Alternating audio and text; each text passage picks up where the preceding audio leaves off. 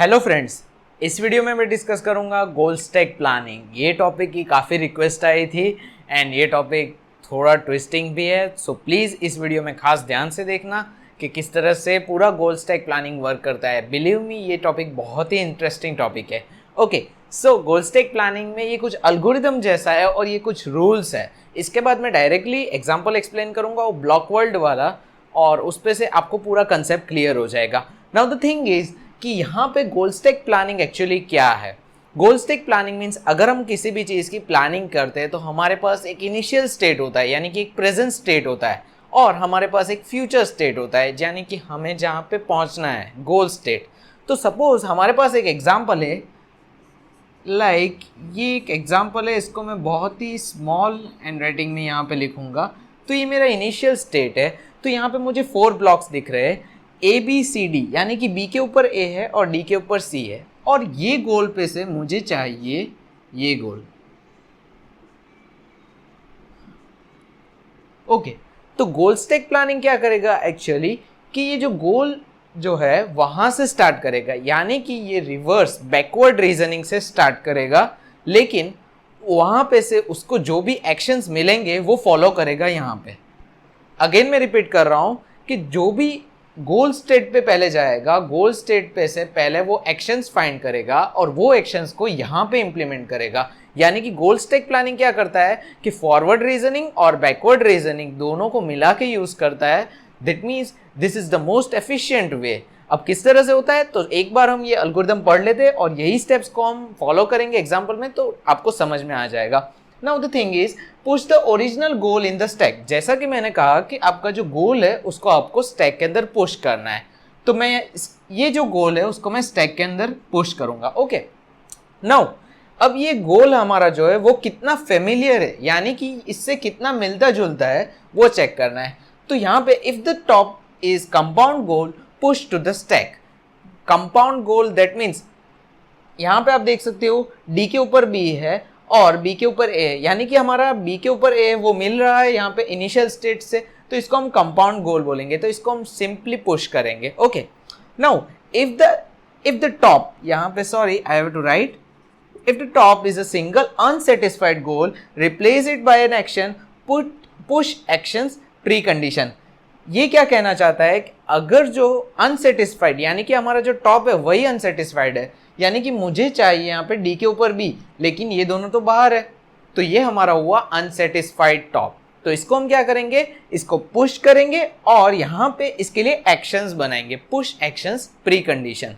अब ये एक्शंस क्या होती है और प्री कंडीशन क्या होती है। तो सपोज मुझे कुछ भी करना है स्टैक के ऊपर, यानी कि पुश करना है, पॉप करना है, सॉरी पुश करना है, अनस्टैक करना है और बहुत सारे। सपोज रोबोट का हाथ है तो रोबोट एक्शंस परफॉर्म करेगा, कोई भी ऑब्जेक्ट को वो उठाएगा, पिकअप करेगा, उसको रखेगा, उसको स्टैक में से निकालेगा, अनस्टैक करेगा। तो ये सारी एक्शंस है वो उनकी कोई प्री कंडीशंस होती है।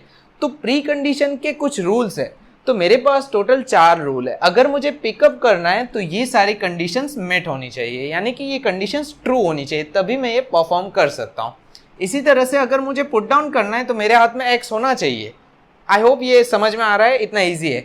अगर स्टैक एक्स वाई इस तरह से करना है तो मेरे पास ये होना चाहिए। अनस्टैक करना है तो ये रूल्स फॉलो होने चाहिए। तो इस तरह से 4 रूल्स है, ये आप नोट डाउन कर लीजिए, बिकॉज ये पूरा बोर्ड मुझे इरेज करना होगा, काफ़ी जगह मुझे चाहिए, मे बी मुझे 3 बार इस वीडियो में बोर्ड इरेज करना पड़ेगा। Okay, now the thing is कि ये जो प्री कंडीशंस है उस पे से मुझे एक्शंस बनानी है, और जैसे ही मैं एक्शंस बना लेता हूँ तो 1 बाय 1 में पॉप करूंगा। If top is action then pop, यहां से जो भी एक्शन बनेगी उसको मैं पॉप करूंगा। If top is satisfied goal then complete. अब मुझे पता है ये जो 4 लाइन है वो काफ़ी बुक में लिखी हुई है, आपको समझ में नहीं आई होगी, बट बिलीव मी अगर आप एग्जाम्पल तक पूरी वीडियो देखते हो देन आपको समझ में आ जाएगा। तो continue with the video, let us see the example. Now we will see the example वही कंटिन्यू करेंगे जो मैंने आपको आगे बताया था। तो यहाँ पे हमारे पास एग्जाम्पल है A, B, C and D। Okay, and हमारा जो गोल स्टेट है वो गोल स्टेट मैं यहाँ पे लिख रहा हूँ, it is A, B and D। Okay, अब मुझे स्टार्ट करना है रिवर्स प्रोसीजर, यानी कि मैं यहां से स्टार्ट करूंगा और मैं सारे एक्शंस परफॉर्म करूंगा यहां पे, जैसा कि मैंने अभी आपको बताया था। नाउ यहां से मुझे किस तरह से स्टार्ट करना है, तो यहां पे आपको क्या दिख रहा है कि सपोज कर लो कि डी के ऊपर बी है, यानी कि जो अवेलेबल हमारे पास गोल स्टेट है वो क्या है, डी के ऊपर बी है और बी के ऊपर ए है। दैट मीन्स कि ये जो यहाँ पे हम इसको स्टैक के या एक इसको प्रेडिकेट फॉर्म में किस तरह से लिखेंगे, तो सिंपली मैं आपको एक इजी स्टेप बताता हूँ कि कभी भी सम स्टार्ट करो तो गोल स्टेट को किस तरह से लिखना है। तो गोल स्टेट में हमें क्या दिख रहा है, हमें दिख रहा है ऑन बी डी, यानी कि डी के ऊपर बी है और ऑन ए बी, तो ये हमें दिख रहा है। अब ये जो पार्ट है इसको मैं ब्रेक करूंगा वन बाय वन। तो ब्रेक करने के बाद मुझे पहला क्या दिख रहा है, इसको मैं यहाँ पे लिखूंगा on B D and on A B. Okay, so the thing is अब मुझे यहाँ से हमारा मेन सम शुरू होता है। मुझे वन बाय वन चेक करना है कि यहाँ पे जो चीज़ें मुझे दिख रही है वो कितनी सेटिस्फाई हो रही है मेरे इनिशियल स्टेट में। तो इनिशियल स्टेट में मैं देखूंगा, तो मैं यहाँ से चेक करता हूँ, तो ऑन बी डी। अब लेट मी एक्सप्लेन कि मैं यहाँ से सम को अपसाइड डाउन सॉल्व करूंगा, तो आपको स्टैक को मान के चलना है। दैट मीन्स मैं जो लास्ट में लिख रहा हूँ वो मेरा स्टैक है, तो लास्ट में जो लिखूंगा वो मेरा टॉप पोजीशन होगा। तो ऑब्वियसली जब भी हम स्टैक में काम करते हैं तो हमें टॉप पोजीशन को देखना है। तो टॉप पोजीशन मेरे लिए यहाँ पे क्या होगी, ऑन ए बी होगी, तो उसको मैं पहले सॉल्व करूंगा। सो ऑन ए बी मुझे पहले देखना है, तो ऑन ए बी सेटिस्फाई हो रहा है कि नहीं। ऑन ए बी यहाँ पे सेटिस्फाई हो रहा है, यस हो रहा है, तो मैं सिंपली इसको पॉप करूंगा। तो पॉप के लिए मैं सिंपली यहाँ पे डैश करूंगा, आप समझ जाइए, because due to lack of space मुझे यहाँ पे स्पेस कम पड़ेगी। नाउ द थिंग इज कि अब यहाँ पे ऑन बी डी है, ऑन बी डी यहाँ पे गोल स्टेट में तो है लेकिन यहाँ पे सेटिस्फाई नहीं हो रहा है, तो मुझे यहाँ पे इसको सेटिस्फाई करने के लिए कुछ करना होगा। तो सेटिस्फाई करने के लिए मैं इस पे स्टैक परफॉर्म करूंगा, यानी कि हमारे जो 4 रूल्स थे उसमें से मैं फर्स्ट रूल अप्लाई करूंगा, स्टैक रूल। क्यों? बिकॉज यहाँ पे मुझे डी के ऊपर बी लाना है। अगर मुझे डी के ऊपर बी लाना है तो ऑब्वियसली आपको क्या परफॉर्म करना है, स्टैक वाला रूल परफॉर्म करना है। तो सिंपली मैं यहाँ से एरो ले लूंगा और स्टैक का रूल परफॉर्म करूंगा। तो स्टैक बी डी, ओके, जो भी यहाँ पे बी डी दिख रहे हैं वही आपको लिखना है। अब रूल के अंदर प्री कंडीशन स्टैक की क्या थी, तो प्री कंडीशंस थी hold, okay let me say I have to refer this, so hold B, यानी कि जो मेरा जो पहला वेरिएबल है उसको मैं होल्ड करूंगा and it is clear D. अब यहाँ पे जो एक एक टर्म है वो मैं आपको एक्सप्लेन कर देता हूँ। Hold B that means B को पकड़ के रखना है, यानी कि जो भी हमारा जो आर्म होगा वो बी को पकड़ लेगा, वो चेक करना है। और clear D that means D के ऊपर कोई ऑपरेशन नहीं परफॉर्म हो रहा है, यानी कि डी के ऊपर भी कोई नहीं है और डी किसी के ऊपर नहीं है, that means clear D. Okay, D के ऊपर कुछ भी हम परफॉर्म कर सकते हैं, इसको हम क्लियर के नाम से पहचानेंगे। सिंपल है, easy. Now hold B and clear D ये हमारी प्री कंडीशंस है। अगर आपने रूल्स लिखे होंगे तो आप वहां पे देख सकते हो। तो यहाँ पे अगर बी एंड डी है तो hold B and clear D, इस तरह के प्री कंडीशंस है। नाउ द थिंग इज कि अब यहाँ पे इसको एक्शन किस तरह से बनाना है, यानी कि हमें ये सेटिस्फाई करना है तो यहाँ पे इसको किस तरह से परफॉर्म करना है। तो हमने जैसे यहाँ पे इसको ब्रेक किया था इसी तरह से इसको भी ब्रेक करेंगे। तो मैं यहाँ पे लिखूंगा hold B and clear D. Okay, अब जैसा कि मैंने कहा था मुझे सारी चीजें यहाँ पे चेक करनी है, तो मैं यहाँ पे चेक करूंगा। ओके, तो मेरा टॉप पोजीशन क्या है, क्लियर डी। तो क्लियर डी मैं यहाँ पे देखूंगा, तो एज यू कैन सी कि डी के ऊपर सी है, दैट मीन्स डी क्लियर नहीं है। तो डी क्लियर नहीं है दैट मीन्स मैं इसको पॉप करूंगा। One thing I want to tell that अगर आपकी कंडीशन ट्रू होती है तब भी पॉप करना है, फॉल्स होती है तब भी पॉप करना है। तो यहाँ पे मैंने नहीं किया था तो मैं पॉप कर दूंगा, लेकिन फॉल्स होती है इसका मतलब इसके ऊपर कोई एक्शन परफॉर्म होनी चाहिए। तो यहाँ पे हमारी कंडीशन फॉल्स हुई है, दैट मीन्स मुझे कोई एक्शन परफॉर्म करनी पड़ेगी। तो मैं यहाँ पे क्या करूँगा, क्लियर डी, दैट मीन्स यहाँ पे ये क्लियर नहीं है, दैट मीन्स डी के ऊपर सी है, तो मुझे यहाँ पे क्या करना होगा, इसको रिमूव करना होगा, सी को रिमूव करना होगा। तो मैं सिंपली कौन सा रूल अप्लाई करूँगा, अनस्टैक सी डी। अनस्टैक वाला रूल आपको अप्लाई करना है, तो यहां पे लिखना होगा अनस्टैक सी एंड डी। मैं पूरे एग्जांपल को सिमुलेट करूंगा, so don't worry about that. Okay, now unstack C D, इसका मतलब क्या होता है कि ऑन सी डी इसके प्रीकंडीशंस जो है वो मैं यहां पे लिख दूंगा। तो आर्म एम्प्टी है, उसको मैं सिंपली ए ई से लिखूंगा, and on C D it is on C D, and next thing is clear C. Okay, तो ये प्रीकंडीशंस अनस्टैक की है, आप एक बार रूल चेक कर लीजिए। तो जैसा कि हमने यहां पे भी ब्रेक किया था, यहां पे भी मैं ब्रेक करूंगा। तो आर्म एम्प्टी ब्रेक किया मैंने, ऑन सी डी ब्रेक करूंगा, एंड क्लियर सी ब्रेक किया। नाउ अब मुझे देखना है कि यहाँ पे ओके ये जो क्लियर है और यहाँ पे CL मैंने लिखा हुआ है, दोनों सेम है। ओके, क्लियर मीन्स क्या कि मुझे यहाँ पे कुछ भी परफॉर्म करना है तो मैं कर सकता हूँ, ये इसके ऊपर कोई नहीं है, वो खास होना चाहिए। तो यहाँ पे क्लियर सी है, दैट मीन्स क्लियर सी यहाँ पे, यानी कि अगर आर्म है तो वो क्लियर कर सकता है, तो सिंपली ये कंडीशन मैट हो रही है। यानी कि सिंपल सी ऊपर है, विजिबल है, हम इसके ऊपर कुछ भी परफॉर्म कर सकते हैं, तो इसको हम क्लियर बोलेंगे। अगर नीचे होता तो ये कंडीशन फॉल्स होती। तो यहाँ पे क्लियर है, दैट मीन्स इसको हम ट्रू मानेंगे। Now on C D check करना है, तो ऑन सी डी क्या है? On C D actually that means on C D ये कंडीशन भी मैट हो रही है, यानी कि डी के ऊपर सी है तो ये कंडीशन मैट हो रही है, तो इसको भी मैं पॉप करूंगा। अब आर्म एम्प्टी दैट मीन्स अब यहाँ पे मेन शुरू हो रहा है। अभी तक आपको थोड़ा बोरिंग लगता होगा, अब यहाँ पे आर्म आएगा, यानी कि एक रोबोटिक हैंड आएगा जो काम करेगा। अभी तक रोबोटिक हैंड के हाथ में हमने कुछ नहीं दिया हुआ है, तो ये एम्प्टी है, तो ये भी हमारी कंडीशन मैट हो रही है। तो टोटल कंडीशन हमारी मैट हो रही है। तो हमें क्या करना है? अनस्टैक करना है सी और डी को। तो अनस्टैक करना है, दैट मीन्स ये पूरा कंडीशन हमारा मैच हो गया। अगर जैसे ये पूरा कंडीशन मैच होता है तो यहां पे हमारी हो जाती है पहली एक्शन। तो ये स्टेप हमारा क्या था? ऑन बीडी, ये हमारी अनसेटिस्फाइड गोल था। अनसेटिस्फाइड गोल था तो उसके लिए हमें एक्शन बनानी थी, तो एक्शन के लिए हम यहाँ गए, यहाँ पे भी कुछ अनसेटिस्फाइड मिला तो हम यहाँ गए, और यहाँ पे कुछ सेटिस्फाई हुआ तो हमारी पहली कंडीशन हो गई अनस्टैक सी डी। ये हमारा कंप्लीट हुआ तो इसको हमने एक्शन मान लिया। तो अब ये एक्शन को यहाँ पे इंप्लीमेंट करते हैं। तो फर्स्ट एक्शन है, तो फर्स्ट एक्शन पे क्या होगा?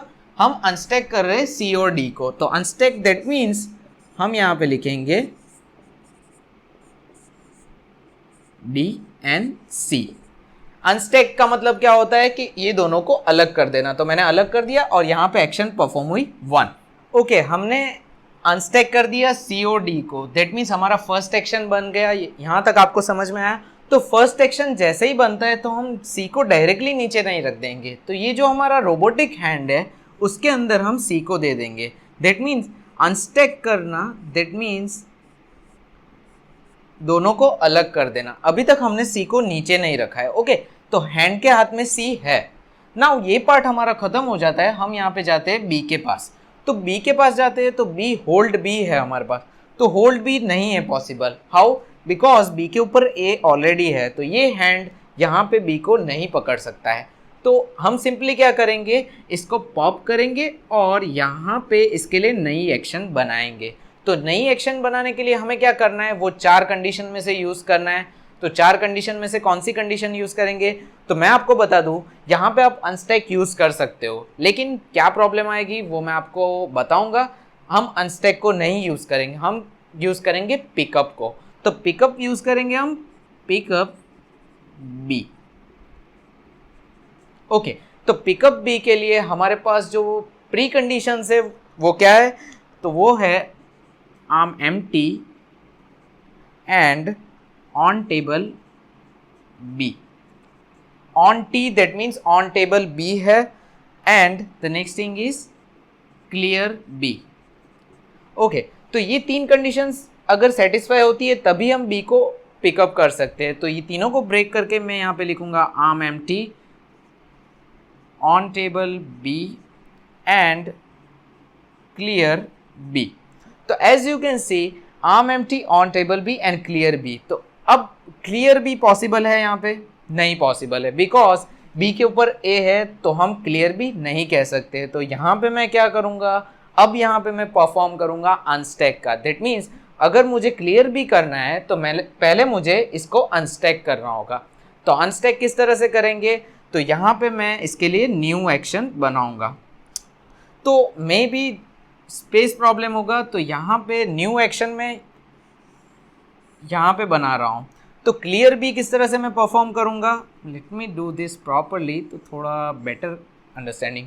तो यहाँ पे क्लियर बी किस तरह से करूँगा, तो मुझे अनस्टैक करना है ए और बी को। तो अनस्टैक करने के लिए मेरे पास है रूल अनस्टैक और ए बी। तो प्री कंडीशंस है arm empty and on A B and clear A. Okay, I hope it is visible. मैं बोल रहा हूँ आप समझ सकते हो, या फिर आपको वीडियो HD में देखनी होगी। तो क्लियर ए यहाँ पे है, तो मुझे इसको ब्रेक करना है arm empty on A B and clear A. तो clear A that means it is quite visible, ये ट्रू है तो मैं यहाँ पे सिंपली पॉप करूँगा। ऑन ए बी तो ये भी सेटिस्फाई हो रहा है तो इसको भी मैं पॉप करूँगा। लेकिन आर्म एम्प्टी यानी कि रोबोटिक हैंड एम्प्टी है, ऐसा सही है? नहीं, गलत है। तो यहाँ पे मुझे इसके लिए क्या करना होगा, इसको मैं पॉप तो करूँगा लेकिन इसके लिए मुझे एक्शन बनानी होगी। तो वो एक्शन क्या होगी, अब मुझे इसको एम्प्टी करना है। तो सिंपल अगर लॉजिकली सोचते हैं इसको एम्प्टी किस तरह से करेंगे, तो इसको एम्प्टी करने के लिए मुझे सी को नीचे रखना पड़ेगा। तो हमारे पास रूल के अंदर, 4 रूल के अंदर एक और रूल था पुट डाउन।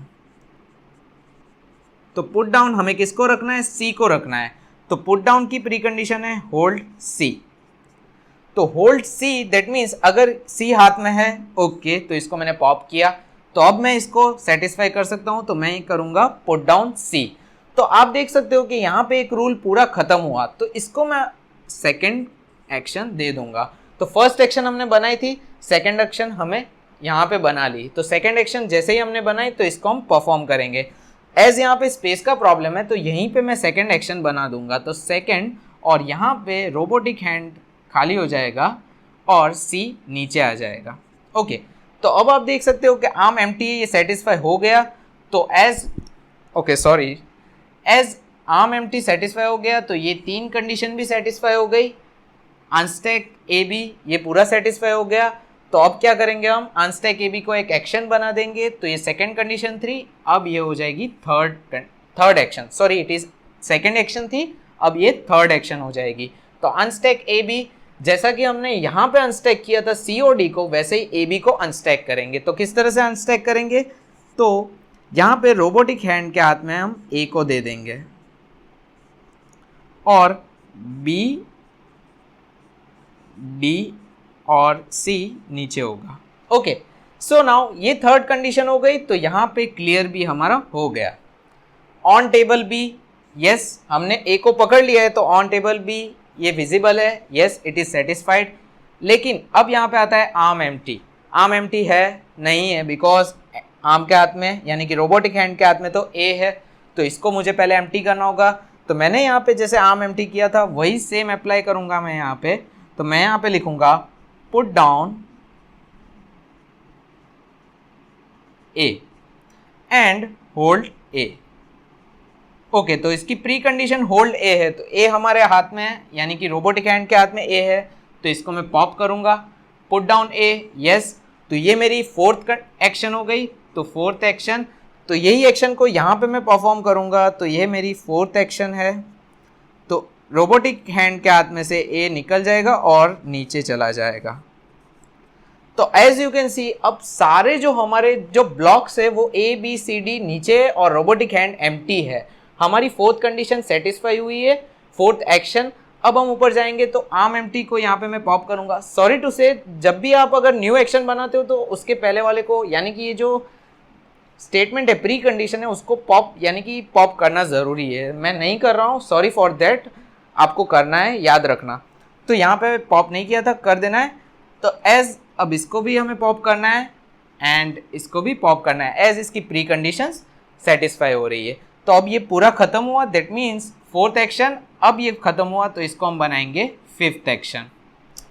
फिफ्थ एक्शन बनाएंगे, दैट मीन्स पिकअप बी। यानी कि अब रोबोटिक हैंड को हम ऑर्डर करेंगे कि अब बी को उठा ले भाई। तो 5th एक्शन पे मैं यहाँ पे लिखूंगा बी एंड नीचे होगा C D and A. Okay, so as you can see कि रोबोटिक हैंड ने अब बी को उठा लिया है। 5th एक्शन हमारी ये कहती है अब यहाँ पे होल्ड बी सेटिस्फाई हो रहा है हमारा, यस। अब हमें क्या करना है, होल्ड बी सेटिस्फाई हो रहा है तो इसको मैंने पॉप कर दिया था। अब हम ऊपर जाएंगे, hold B and clear D, okay ये भी हमारा सेटिस्फाई हो गया। अब स्टैक बी डी, तो इसकी सारी प्री कंडीशन सेटिस्फाई हो गई तो इसको भी हम पॉप कर देंगे। तो ये खत्म हुआ, तो यहाँ पे एक हमारी न्यू एक्शन बन जाएगी। तो न्यू एक्शन 6th एक्शन है। 6th एक्शन क्या कहता है, स्टैक बी डी। अभी तक हम कर रहे थे अनस्टैक, अब हम करेंगे स्टैक, यानी कि डी के ऊपर हम बी रख देंगे। तो ये जो रोबोटिक हैंड है वो डी के ऊपर बी को रख देगा। तो यहाँ पे मैं 6th कंडीशन को यहाँ पे ही लिख रहा हूँ, सो प्लीज अंडरस्टैंड। तो बी को मैं उठा के रख दूंगा यहाँ पे, okay. So hope you understand, okay. So यहाँ पे स्पेस की प्रॉब्लम है, तो आई होप आपको समझ में आ रहा है, मेरी ड्राइंग इतनी अच्छी नहीं है। सो यहाँ पे स्टैक बी डी हो गया 6th एक्शन पे। और एज यू कैन सी हमारा जो गोल स्टेट है डी के ऊपर बी और बी के ऊपर है, उसमें से इतना पार्ट सेटिस्फाई हो गया है, ओके। अब हमें क्या करना है, इसके ऊपर ए को रखना है, बट हमने तो ए बी को यहाँ पे कर दिया था, ओके, यानी कि राइट बोल के हमने आगे बढ़ गए थे, तो ये हमारी गलत चॉइस थी। तो अब हम क्या करेंगे, हम इसलिए ब्रेक करते हैं यहाँ पे। तो जैसे ही अब हम ऊपर जाते हैं तो ये तो हमारा हो गया है। अब ये क्या करेगा, यहाँ पे आएगा, यहाँ पे इसको क्या मिलेगा कि बी डी तो सेटिस्फाई हो गया लेकिन ए बी अभी नहीं हो रहा है, यानी कि अभी ये स्टेट पे ए बी सेटिस्फाई नहीं हो रहा है। तो ये क्या करेगा, अगेन ये पार्ट को हम वापस कंटिन्यू करेंगे, ओके। कंटिन्यू मतलब स्टार्टिंग से नहीं करेंगे, हम यहाँ से कंटिन्यू करेंगे, लेकिन हम स्टेट कौन सा काउंट करेंगे, ये स्टेट काउंट करेंगे। तो यही पार्ट को अगर हम कंटिन्यू करते हैं तो let me erase this part, और यहाँ पे मैं इसको अगेन कंटिन्यू करता हूँ। तो यहाँ पे मैं ब्रेक करूँगा on B D on A B, same way मुझे इसको ब्रेक करना है, ओके। अब मैं यहाँ पे अगेन चेक करूँगा ऑन ए बी, तो ऑन ए बी है पॉसिबल, आई मीन टू से ये ट्रू है। तो यहाँ पे आप देख सकते हो ये ट्रू नहीं है, तो मुझे क्या करना होगा, इसको पॉप करना होगा और इसके लिए मुझे एक एक्शन बनानी होगी। तो एक्शन में हम सिंपली क्या करते हैं, स्टैक करेंगे। तो यहाँ पे मैं लिखूंगा stack A B, okay. Stack A B में हम क्या करेंगे, hold A and clear B, इस तरह से करेंगे। तो hold A and clear B, okay.